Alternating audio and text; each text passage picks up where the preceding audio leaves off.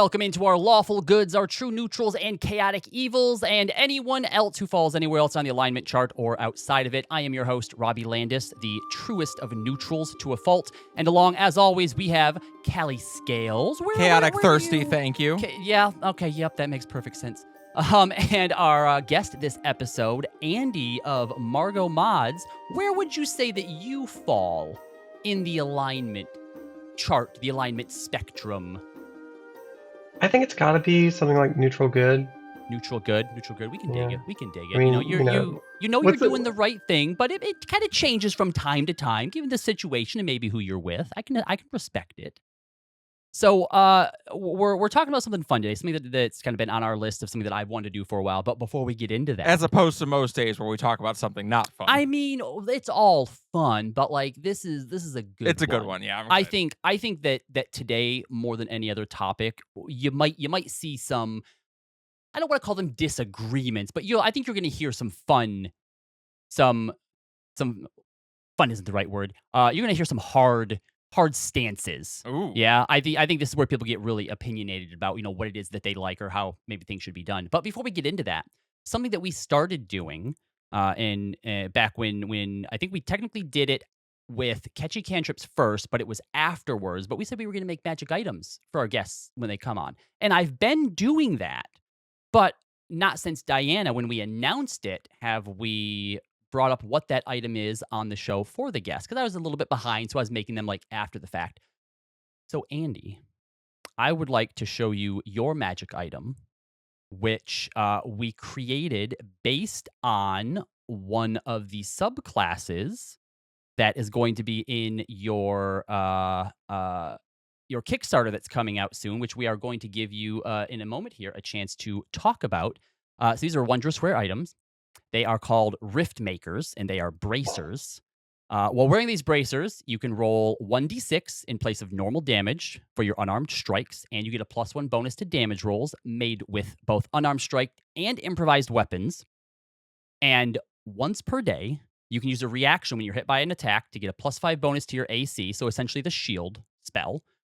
But if this causes the attack to miss, you can then choose to create a 5-foot diameter portal underneath yourself or the creature that attacked you, and then a second identical portal 10 feet above an unoccupied space of solid ground within 30 feet of you, causing yourself or the creature to fall through that portal and into a new space. Cool. That rules. I love anything that lets you swap positions with people. Mm-hmm. Oh we also, we kind of talked about a little bit on stream when I was making it, because I'm like, I wasn't sure if it should be like, do you recreate the second portal within 30 feet of you or within where the second portal is created? But what we like about what we did this way is the magic of the item or whatever. If you have somebody with a longbow and like sharpshooter 600 feet away who like snipes at you and you manage to block it, you make that portal underneath them even 600 feet away, and suddenly, boom, they're right there with you. Bad time for them. Bad time for them. That's absolutely brutal. I love that it makes a portal underneath you and then above somewhere else, because like you can do absolute shenanigans with that.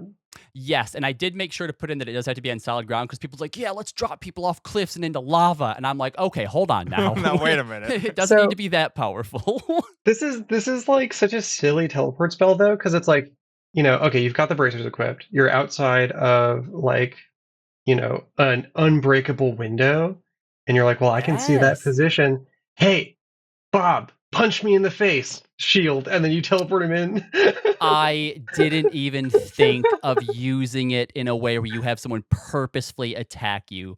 That is very creative, and I do love that though. The idea of like making the other one appear slightly higher though was like if it appears like underneath you and then somewhere else, and it's like a true like wormhole portal. Right, like how wouldn't actually fall all the way through. How does that work? Yeah, but if it's above, you fall like out of it, so you can't really get away from it or like deck save it or something. You fall in and out the other one, and boom, you're good to go.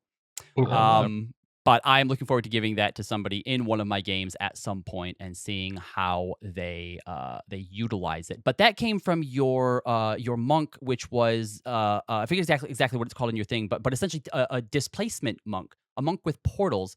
Tell us a little bit about the Kickstarter and where people can go to help support it. And y'all should be going to help support it. I'll be buying it day one when it comes out. I want to play a monk that thinks with portals. That is basically the idea. So the Kickstarter, for anybody who doesn't know, is called Exocology for Monster Hunters.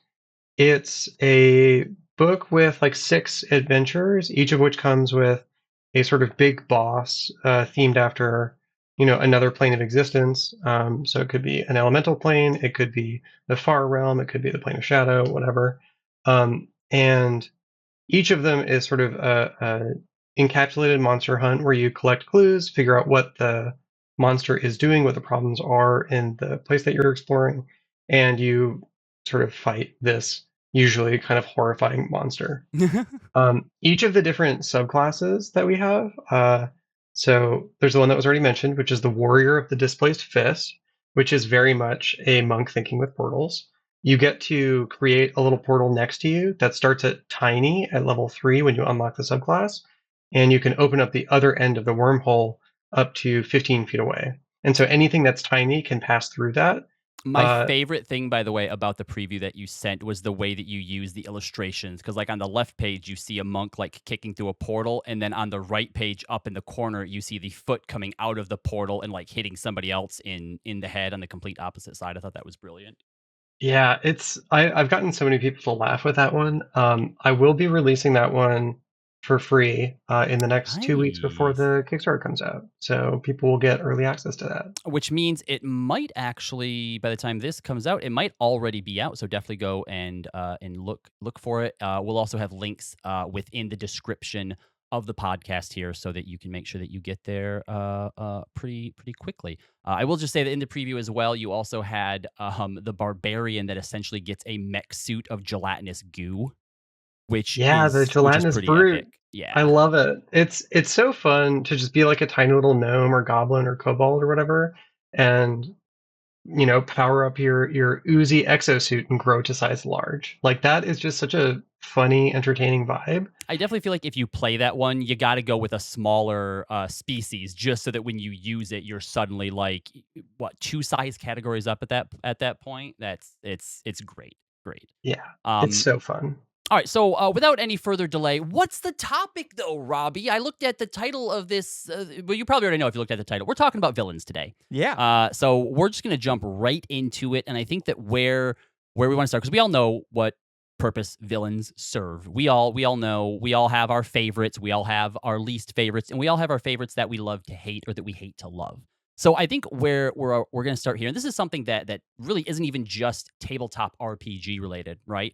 Whether you're a fiction writer, whether you love, I guess really just fiction is what it's going to probably come down to. But if you love creating villains, you're going to get something out of this. So where I'd like to start, who are some of our favorite villains? They don't have to be tabletop RPG or D&D related, but they certainly can be.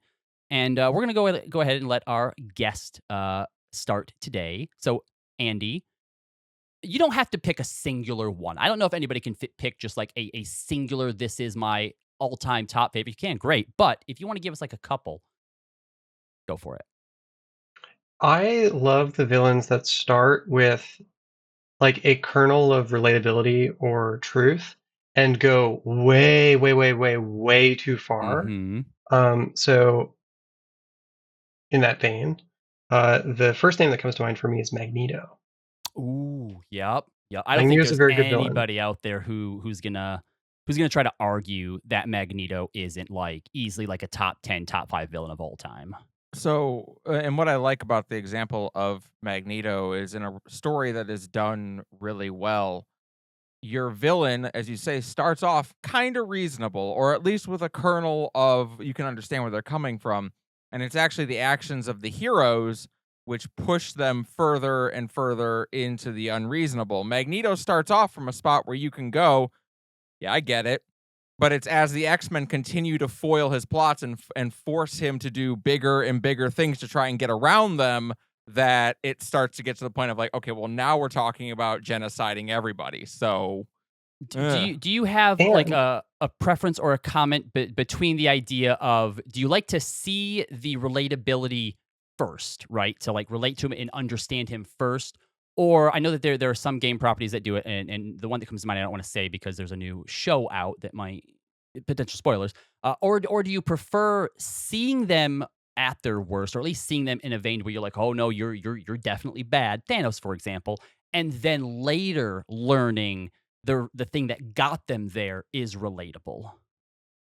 I think I'm ambivalent on that. I don't think that matters very much to me. I think that what matters more is so one of the reasons that I like villains who have like a pseudo relatable goal who go too far is that it's easy to imagine how people gather around them and support them. Because to have a really effective BBEG, you can't have them in every episode. You need the Yeah. influence and what they've done and who they've recruited and what people are doing in their name to do bad stuff, right? And so when there's like a kernel of truth, you give just enough of like cover for other villains to group up and even like a way for you to get a word in edgewise and like get them to defect. So I don't think it matters to me whether or not you see the like relatable part first or them doing really bad stuff first. I think it's what you do with that setup.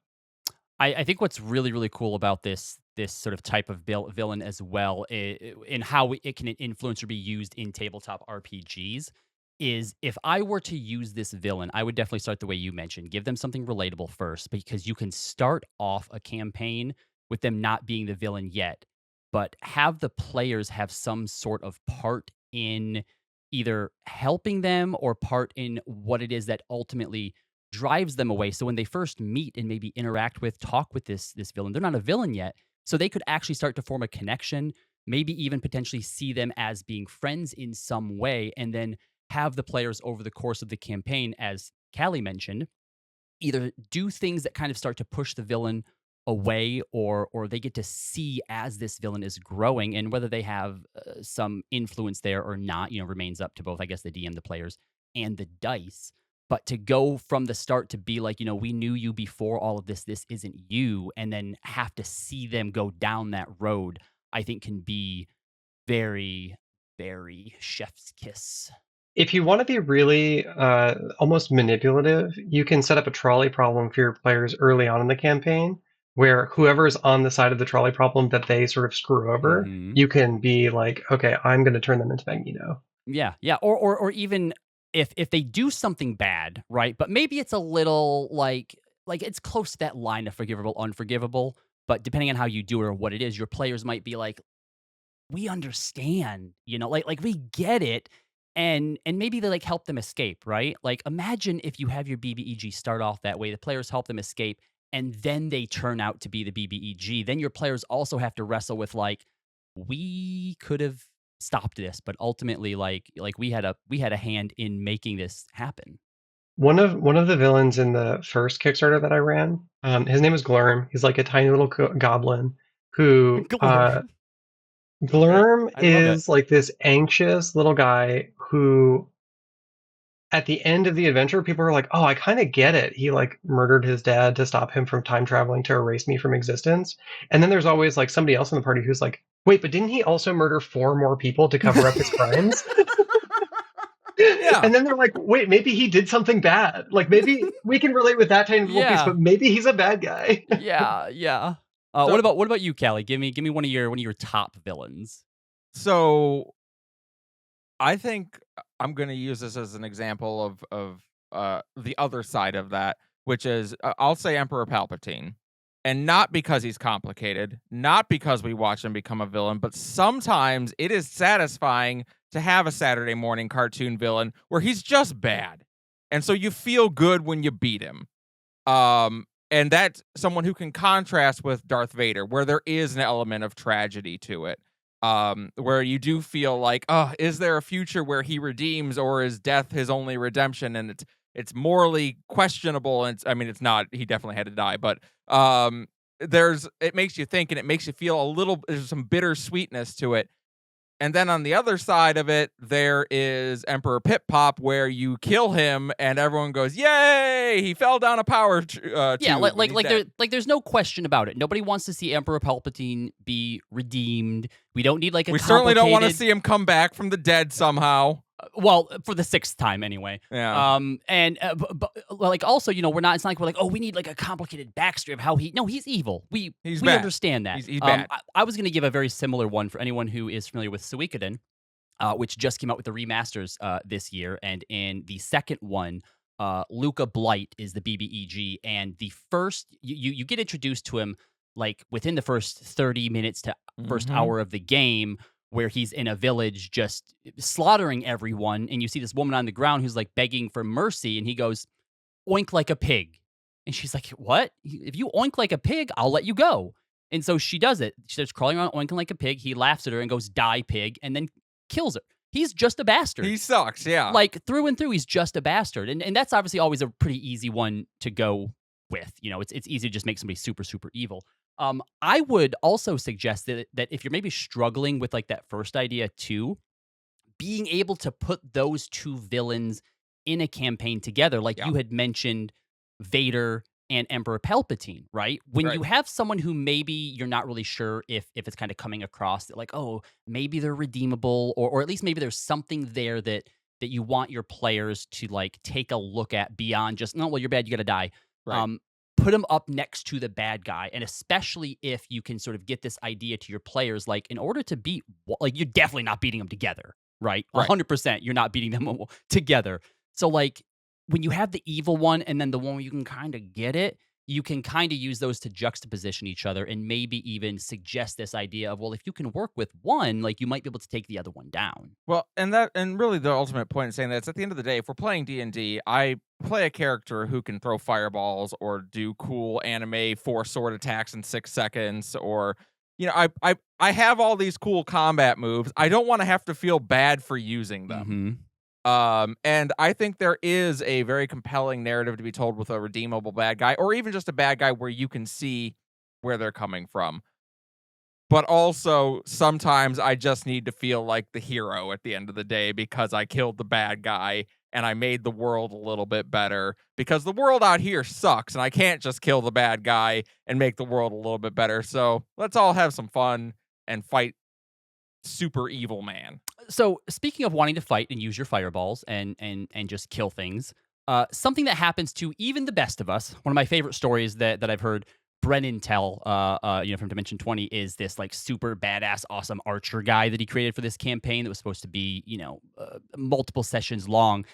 Players taking like 3 hours to prepare a trap for this dude, and because of some really good dice rolls, they killed him in 1 session.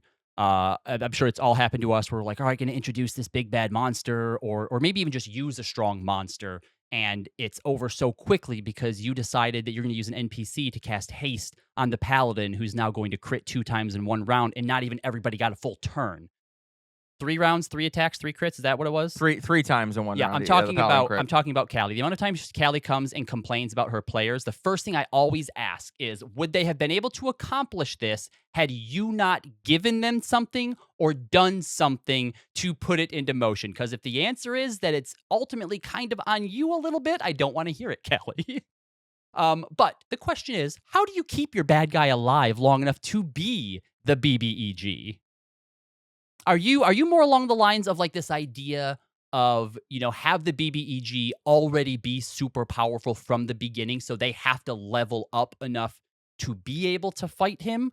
Or would you prefer maybe to not give them the chance in, like they can obviously communicate, sending stones, talk to one another, but basically keep them away from the villain enough to where they won't be able to actually attempt to execute the BBEG early, if possible. Any tips, any tricks on that? I mean, it depends on what kind of tropes you're going for, right? Because like, there's so many shows where you see the villains over and over and over again, and there's some contrived reason why they disappear or they come back after they're defeated, or like they let the heroes live, right? Like you can mine TV shows and fiction for that kind of thing. But if that breaks sort of your narrative immersion, because it's like, well, they should have just killed us, then I would recommend keeping the villain at sort of a distance and have the effects of their actions be the thing that are causing conflict. So they could be destroying a village is a classic.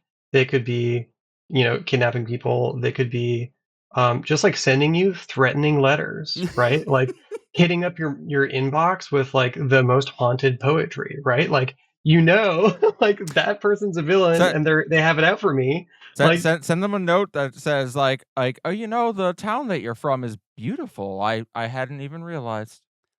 In the campaign that we just recently wrapped up, Kali and some of our players at one point were floating the idea of using their daily sending stone to taunt one of the BBEGs, and ultimately none of them had the balls to go through with it, which was see, that's probably exactly it. And the villain can do that to you. Like they and he plant a did. sending stone in your backpack and you can't even find it, and you just keep Yeah. hearing these messages. Yeah, and ultimately he did visit him a few times in like dreams and stuff Yep. like that.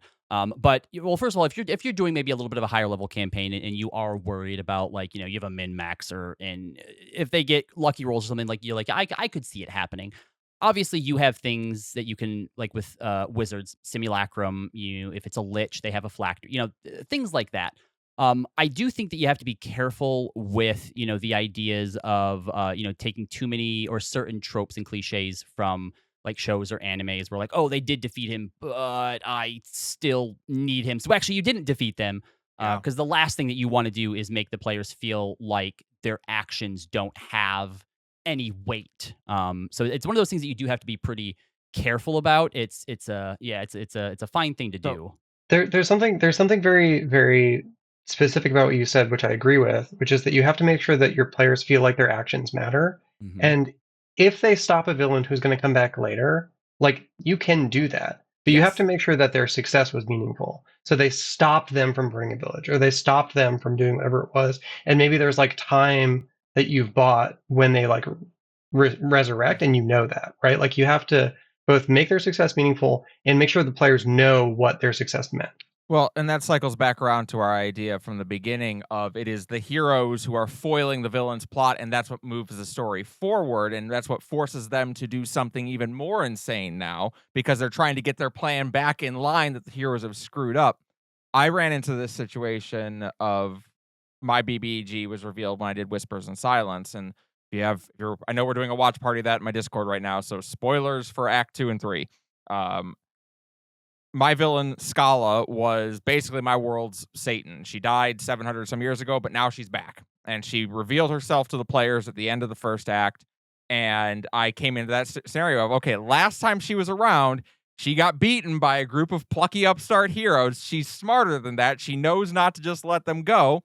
I have to explain why she's not A, going to just go kill them right now, because she certainly isn't going to let them go, and B, why they're not going to do the same.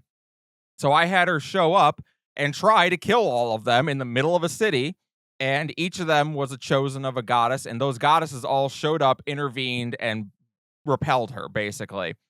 And for the entire second act, I gave them a little story vignette at the beginning of every session where we got to watch Scala going around hunting their goddesses down one at a time to get rid of them to make sure that wouldn't happen again.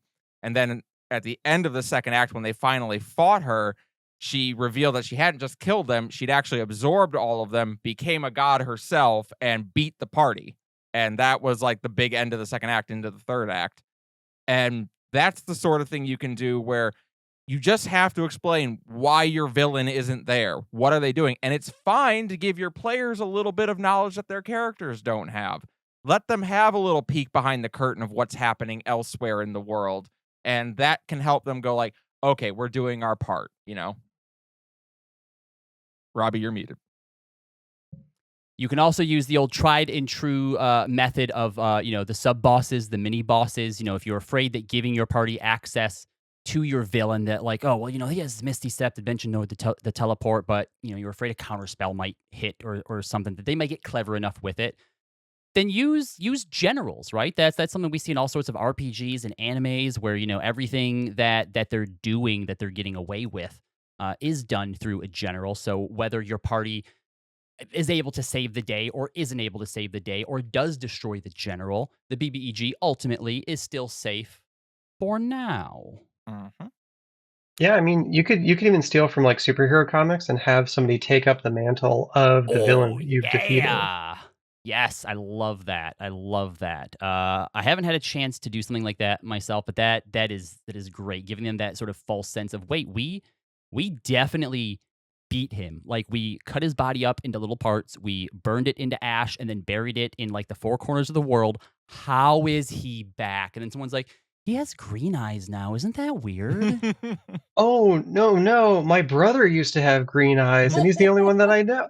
Oh, no. Who Like, also just came back from being lost in a time vortex. What? Like, exactly. It's like, it's such a good way to like tie it into people's backstories too, because that's another challenge that I have with, like, you can have a super compelling villain, but if it doesn't involve your players directly, it just doesn't hit very the hard. same way. Yeah, Yeah. for sure. Yeah. That definitely starts to give more buy-in, even if they don't necessarily have it, to begin with. The more that they foil, or the more that they get foiled by the villain, that starts to bring you all together. Ooh, I want to make a villain. I haven't put much thought into this, but I want to make a villain that's just a book of bad ideas. That like the book is getting passed from different people making new supervillains for your campaign, where they're like, Oh, oh man, interesting. That could be pretty cool. Well, okay, here, let me ask this. Let me ask this then. We've all, it seems, played for a little bit here and there. What are some of your favorite or best villains, or just villains that you feel like have landed well with your players? Hmm. So, I mean, I was just talking about Scala, who is kind of the big bad of my world, Mhm. and she's been an interesting villain to explore, and the ramifications of her defeat, like coming back in later games, has been really interesting to deal with. And we also did a precursor campaign where we saw her the first time around during her reign, when she was basically became the Satan of that world. Um, so she's landed pretty well, and since then, I've been working on a villain that was actually my very first BBEG that I ever played with when Like, I was ever. yes, when I was I was like 16, and I had Oh, just gotten the oh, 4 ebooks. we're about to get some emo goth, like No, MySpace no, stuff. No, come on, give it really to us. What no. is it? No? So so in the 4E, I bought all the books, and I bought the Demonomicon as one of them, and I was just looking through it, looking for a villain that my players could fight. It was just browsing the Demonomicon. Yeah, I was No looking big through the deal. I'm like, I need a villain, and I saw a picture of this demon in there, and I went, I want to make a story about that person, and their name was Ublave, which has Mm. made their way around. But I decided recently to bring that villain back, and they have started to become like this multiversal threat across the like 5 games that I run, and we're building towards a crossover event where all 18 of my players are going to get to come together to do a big thing where they fight her, and that's been very cool to do. What about you, Andy? Got anything specific that jumps out besides Glurm? I think one of my favorite big BBEGs is the Archfey that put Glurm up to it. Someone put Glurm. It wasn't just like revenge against his father. Well, I So guess if it's a goblin, someone's got to give him the push to time travel. So he was a warlock who made this pact with this archfey who was sort of the BBEG of the campaign, where her whole thing was that she just loved manipulating people. So this like masquerade gala at the mansion was just her excuse to mess with people, because her like lover, she imprisoned beneath the manor and locked away for centuries. And this whole party was basically so that she could release him in like a big, like, I'm your savior. You have to rely on me. I am the key to your freedom. Um, Sort of repledge your loyalty to me because he like had fallen in love with somebody else, and she Oh, was Gobby really love. mad. And so she just like does terrible things to people, and it's really easy to absolutely loathe her. Um, That is, by the way, an underrated trait in villains today. In an era of we like our complicated villains, having a villain where you can just love to hate them, because so many people, there's the wrong kind of hating them and the right kind of hating them. There's the wrong kind of, I don't want to see their face anymore, and there's the kind of, oh, I can't wait to punch your face. Like, I really want to hit you. Yeah, she gave Glurm the tools to his own downfall because his father was actually never going to be able to travel back in time. It was all a self-fulfilling prophecy that she just put him up to. Oh, So it's just like, time always is. Time travel always is. yeah, it was brutal. It's absolutely brutal. So she's probably one of my favorite recent villains. And the advantage of doing like a masquerade is that she could be walking around in a mask the whole time, and it's just normal. Mm-hmm. Yep. So she was present. What's her face from Baldur's Gate? The doppelganger. What's her the Oh, screw that lady. Orem. What? Yeah, Orem. whatever her name. Or yeah, screw her. Oh, she's just everywhere. I hate her. I can't stand her. I Well, think I got that news for was you. the point. She's there till the end, and you're Yeah. gonna hate her. So I think I don't have a whole lot. I'd probably have to. I'd feel more probably confident having my players tell me which villains they thought were the best because I have complicated feelings about my own self confidence. But if I were to pick one, and this is thanks to Kali, I think one of my best villains turned ally question mark would be Shadow, who was a character that started out in one campaign as the daughter, one of the daughter of Kali's character, and then in the next campaign when Kali made a character who that character adopted and thus became the sister of these two characters. Shadow and her sister Light died when they were young, and then were basically sort of reincarnated as a tiefling and an Aasimar in the abyss, and then found power within one another, became warlocks and warlock patrons to each other, and eventually sort of both want to do stuff. But Shadow stayed in the abyss and got her own lair, and is very much a like on the line sort of like, oh well, if you're not careful, you could really end up becoming a villain pretty easily. And always had a very combative relationship with Rosalind, but because it was her sister, like Rosalind wants to make it work. And again, speaking to that idea of like understanding, like you basically grew up in the abyss seeing terrible stuff, but you're a hero because you save people. So like I know that There's good in there. you're good. And so right from the beginning, it starts her on that road of like wanting to see the best, wanting to know like, can she be redeemed? And ultimately it culminated in the two of them having this big anime fight where the rest of the party was like blocked out, but could still kind of give power of friendship to her and help. And so I pushed Kali right up to the edge of her being like, she's trying to kill my friends in their dreams. I like she's forcing my hand. I have to kill her. And right when she got to that edge, Shadow was like, all right, you're ready now. And she's like, the fuck does that mean? And Shadow basically understands what she is and how she could one day get to a place where she thinks she's doing good, but it's evil and needs someone who can defeat her, and doesn't believe that her family could do it. So she pushed Roz to the point to prove whether or not she could do it. And then was like, all right, we're gonna make a pact. If ever I need to be put down, you have to do it because our mother and sister are not going to be able to. Yeah.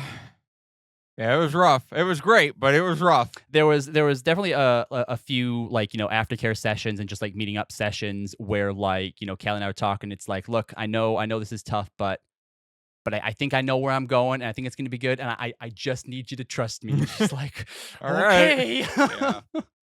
right. Yeah, definitely a hard thing to do sometimes, and especially I think when it comes to your villains having real personal connections like that, make sure you're talking to your players, because if you're really trying to push BBEGs and push your players to the edge, that stuff can hurt. There can be a lot of bleed because of that, and I think being open, with your players, letting them know, hey, how are we feeling about things? How are things going, and taking that in just taking that in and being cognizant of it when you're making your decisions, and maybe sometimes having to like change something up or pull a punch here or there is very important, because as Kali points out about emotions and pretending, our bodies don't know when we're doing it. Our brains don't. Stupid No, brains. your brain does not distinguish well between what is pretend and what is a real experience. Do you have any other tactics that, if someone's trying to create a good BBEG, or maybe inspiration, where would you point people to? If they're like, look, I'm trying to make something memorable for my players, what's either one tip you would give them, or like maybe another villain or a source that you would point to and be like, use something from this here?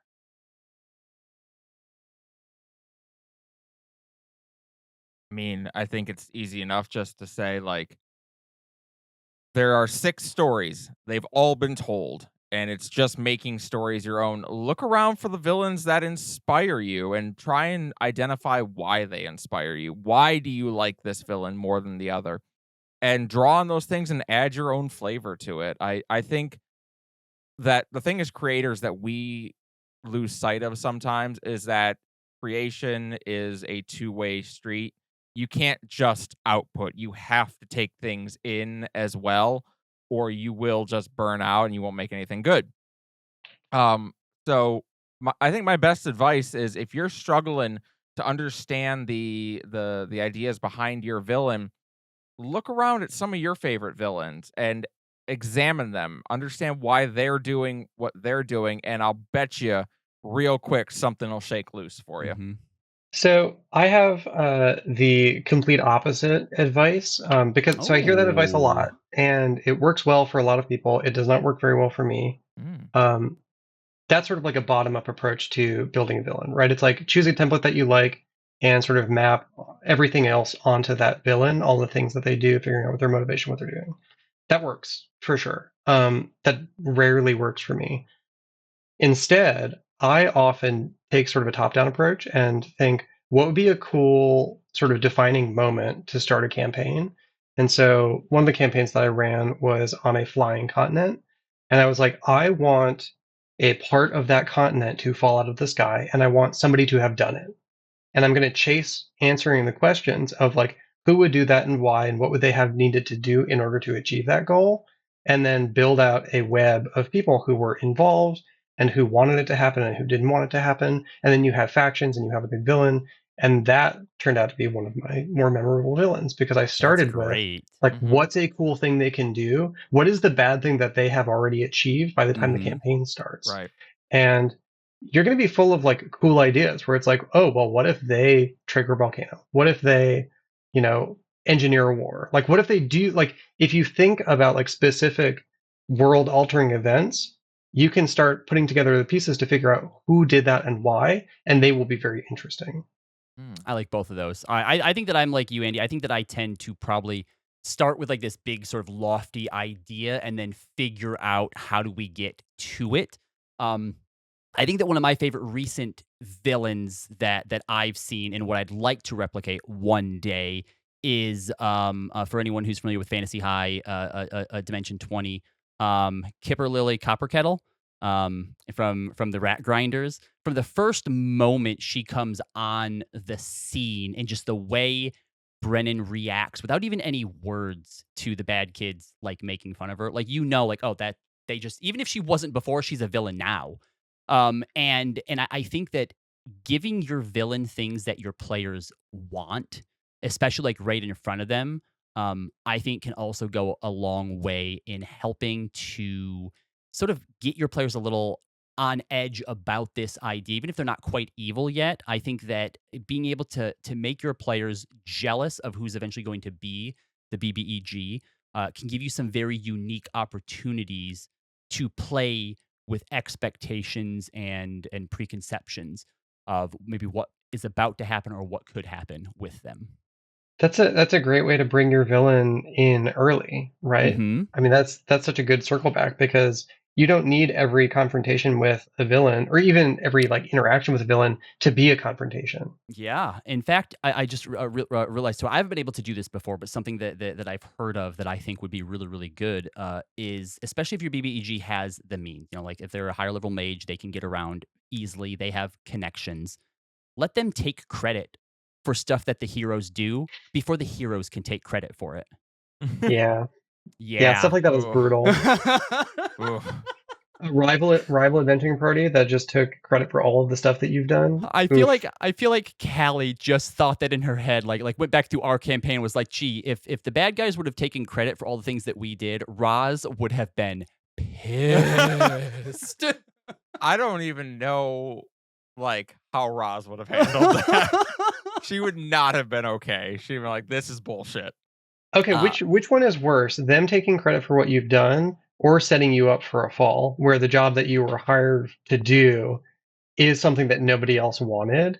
and So- you end up being the bad guy. So You that hate that stuff like very that? that varies from character to character. For Roz, Mhm. she'd hate not getting credit for doing something good because more. she wants to be a hero. She as wants to be well. a hero, Yeah. literally. That's like her big ambition. Then like Ember on the other side of things would, if you set her up, she'll fucking murder you. Yeah. Absolutely, she would Yeah. hate that more. Mm-hmm. All right. Well, hopefully you've gotten something out of this today. Whether you're a player, whether you're a DM, you've taken something here that you can apply either to a campaign you're doing now or maybe one in the future. But now it's time for everyone's favorite segment, and that is Am I the Asshole in Character Edition. So we're going to go over some Am I the Assholes that have been submitted here for us. And you, by the way, if you hear this and think, oh, I got something I'd love to submit, we'd love for you to submit it too. And if you check in the description of the podcast here or check down below if you're watching us on YouTube, there's a link there for you to go and submit your own version of this. Just remember to write it in the in character, so from the perspective of your character. So the first one here, am I the asshole? I am a level 1 wizard against a kraken. Am I the asshole for removing it with 1 spell? Thanks to the advancements in the Grendelian Academy of Magics and Science, new improvements have been made to a host of standard spells. I was able to get my hands on a copy of the updated sleep spell, which works against a wisdom saving throw instead of the does. target's general health and wellness. My companions are level 6, fierce, deadly, beautiful in combat, thanks to a series of unfortunate circumstances. I'm starting over from the bottom. So what else could I have done? My spells are pitiful compared to the monster that assailed our ship, and I never expected sleep to work quite that well. As the monster failed its saves, not once, but twice, my companions and I gently lifted the tentacles off of the boat into the water, and the sleeping beast slipped beneath the surface and disappeared. We were elated and relieved, but I could feel the very sky shudder with disappointment and frustration. It felt like that shouldn't have happened. I was embarrassed for the success of the spell, and I'm concerned what the gods themselves might be furious with me. Am I the asshole from the Kraken Whisperer? Well, I don't think you're the asshole for casting the spell. I'm blown away that it worked. That really sleep is It's like, a can affect wisdom save now, anything yeah. now? Yeah, it's a Nothing wisdom to do with save. HP? No. No, not anymore. Oh, man. It's now a wisdom save. If you fail it once, you're incapacitated. If you fail it the next round, you fall unconscious for a minute. Is the new sleep spell. Does it still like affect multiple enemies? I don't remember. I think it might be Each single. creature each of creature it your is. choice in a 5-foot radius sphere. Okay, so it's much smaller. Yeah. Much smaller than. But I'm really trying to think okay. like a Kraken is CR what? 20? Yeah, it's pretty high.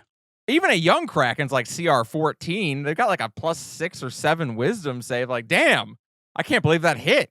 Twice. Plus 11 in 2024, but still, I mean, even if you're level 1, you know, if you have like a +4 mod, you're looking at like 14, right? So Yeah. it a DC, so it would you'd have to roll pretty. Now, don't pretty get me wrong. bad. You might have had me as your DM. I roll like garbage all the time. Mhm. That absolutely happens. But do you have to feel bad for casting the spell that you thought was going to help save your party? No. But also, Krakens have 3 to 4 legendary resistances. What was the DM doing there? I got to think it was a young Kraken. They're a level 5 Okay. party, Oh, right?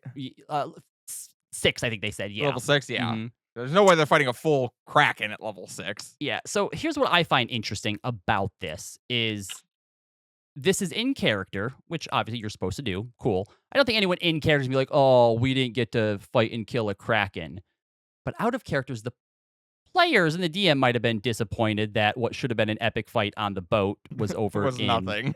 was Yeah. over in 2 turns. So we'll go a little bit meta with this. I don't know, Andy. How would you feel? I don't know if you tend to play like martials or like magic characters. Where you think you would be in this situation, if you would be the mage or the wizard? Because I think if you're the wizard, you probably feel pretty great that you essentially one-shotted an encounter. But if you're a melee, like I don't know, how do you feel overall about the way that this kind of worked out? I would not feel great that I one-shotted an epic monster, because that's generally not the kinds of encounters that I enjoy like Mhm. playing in or designing myself. First off, I don't think that you can possibly be an asshole for like casting a spell and having it work. Like that's I think just sort of the name of the game. Yeah. I would blame the designers more for the 2024 like edge case that they created that happened to you. Like that's not on you. Yeah, Well, I and think also that's kind of on your DM too, where your DM's got to look at that and go, all right, I understand that the level 1 wizard is trying to contribute, but I can't let my entire fight go on one spell. Yes, you can. I mean, Well, I mean, you you sort of have can, to. but it's your job as the DM to read the situation and go, all right, they clearly want this fight. They want to do this. They're going to be disappointed if they don't get to do this. Yeah, the Kraken makes the save. so. I have very specific thoughts on stuff like this, right? Because I think that if your players do something that's very clever, like if they earn an easy win, I'm going to give it to you. Yep. But rolling a lucky number or an unlucky number, a few crits in a row, to me that's not earning something because that was on the dice, right? You didn't develop any sort of specific strategy that led to that. It was literally a roll of the dice. So I think in moments like that, you can give them the win, but not give them an easy win. So for example, if this was a little Kraken, right? Slips back into the water, cool. We did it. And then the bigger Kraken And then comes mom out. shows up. Yeah. But maybe it's already pretty damaged, so you only have to survive for a few rounds because you still have that high of being able to like, hey, that first Kraken, no problem. The level 1 character basically got us out of that, but now you still have a few rounds of danger and a few rounds of everyone else kind of being able to contribute in some sort of way.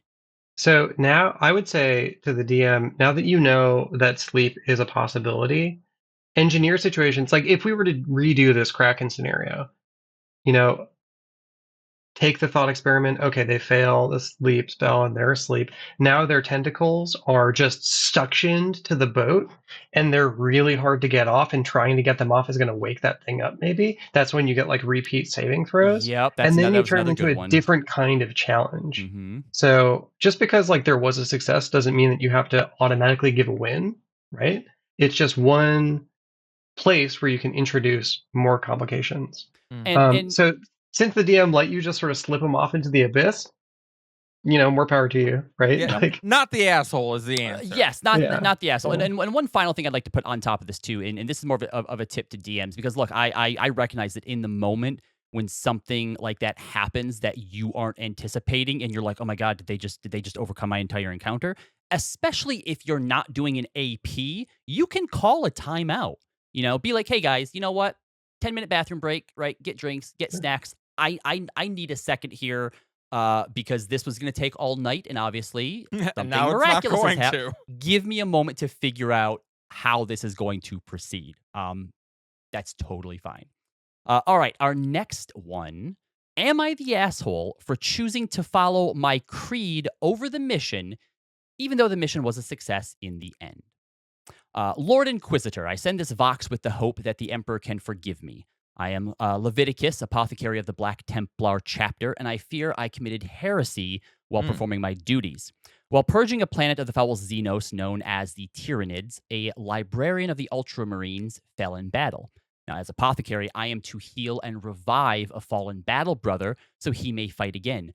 But my chapter, Suffer Not the Witch, the heretic, the mutant, so I had the choice of going against my chapter's creed or healing this witch to complete our duty to purge the Xenos. I ended the witch and followed my chapter's creed. Am I the heretic? Oaths before oaths.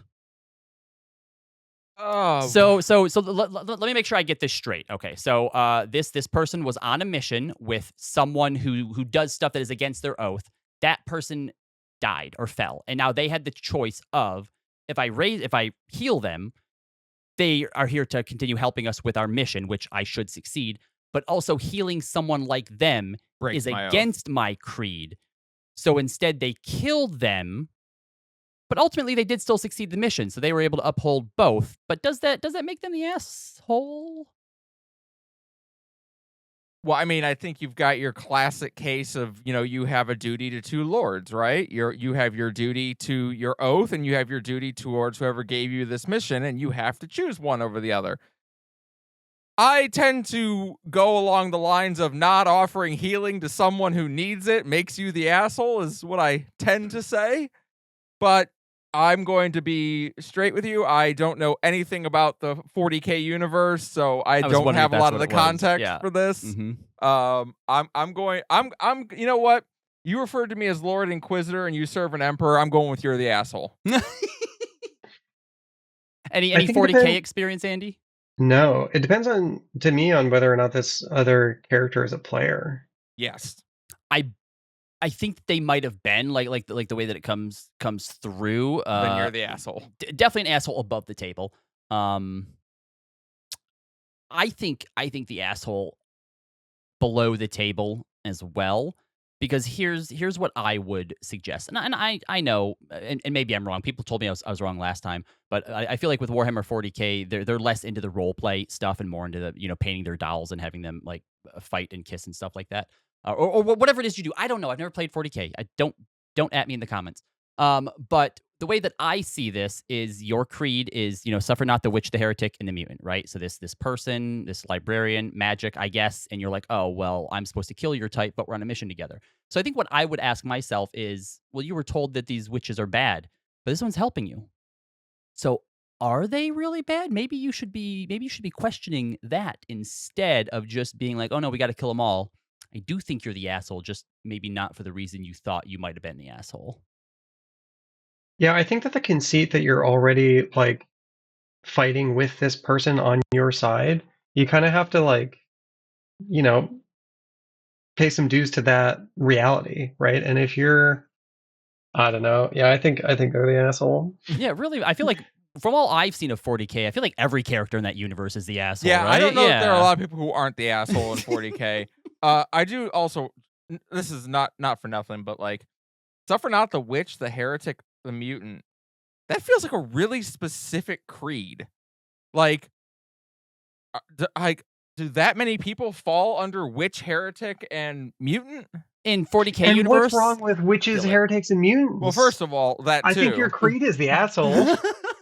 That's what I'm telling you, right? They serve an emperor, and they work for a Lord Inquisitor. Yeah, They're this definitely is the some asshole. fascist bullshit. You should break your creed. I You don't know what come you're from a doing. place called the Black Templar chapter. Yeah. You're evil. You're definitely the bad You're guys. some bad guys. It is one of those things where you have like, if you refer to what you're doing, your mission, as purging, almost exclusively, you're the asshole.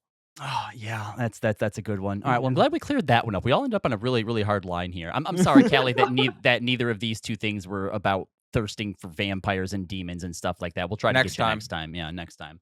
But that's going to be it for our show today, everyone. Andy, thank you again for joining us. If you wanted to give, I know we gave you a chance to talk about your Kickstarter early in the show, but if you want to go ahead and take again here, let people know where to find it, anything else you might be working on, or where they can find and follow you in any of your content, the floor is yours. Sure, I'm Andie, MargoModsGames online. You can find me on Threads or BlueSky or I guess Instagram if you're into that kind of thing. I will be launching Exocology for Monster Hunters on April 29th, so in 2 weeks from the day that we're recording this. And if you head on over to that page, you'll find some freebies that will give you a sense of whether or not you actually want to buy the thing, which I hope you do. All right, thank you. And of course, if this isn't your first time listening, then you know what we're about. And if it is your first time here, besides doing the podcast, we also do a ton of homebrew over at our Patreon, which currently includes over 900 items, 13 subclasses, and our most recent release, hopefully, if this episode is out, a new species called the Mulzari, which is the idea of we all love tieflings, we all love ASMR, but what if both? Something right smack in between that is filled with both the divine of the celestial nature and of the infernal nature. So go and check that out if it sounds interesting to you. And coming soon, the Arcane Thief subclass, which is a rogue subclass that can steal magic from people. I'd tell you more about it, but we're still developing it. Find us on social media, Instagram, Threads, BlueSky. We release all of our stuff there for free as well. And please make sure you leave a rating or a review on this podcast, this episode, if your platform allows you to. If we get enough of them, we might start reading those soon. But that's going to be it for us here. So thank you so much for listening, for watching. We'll see you next time.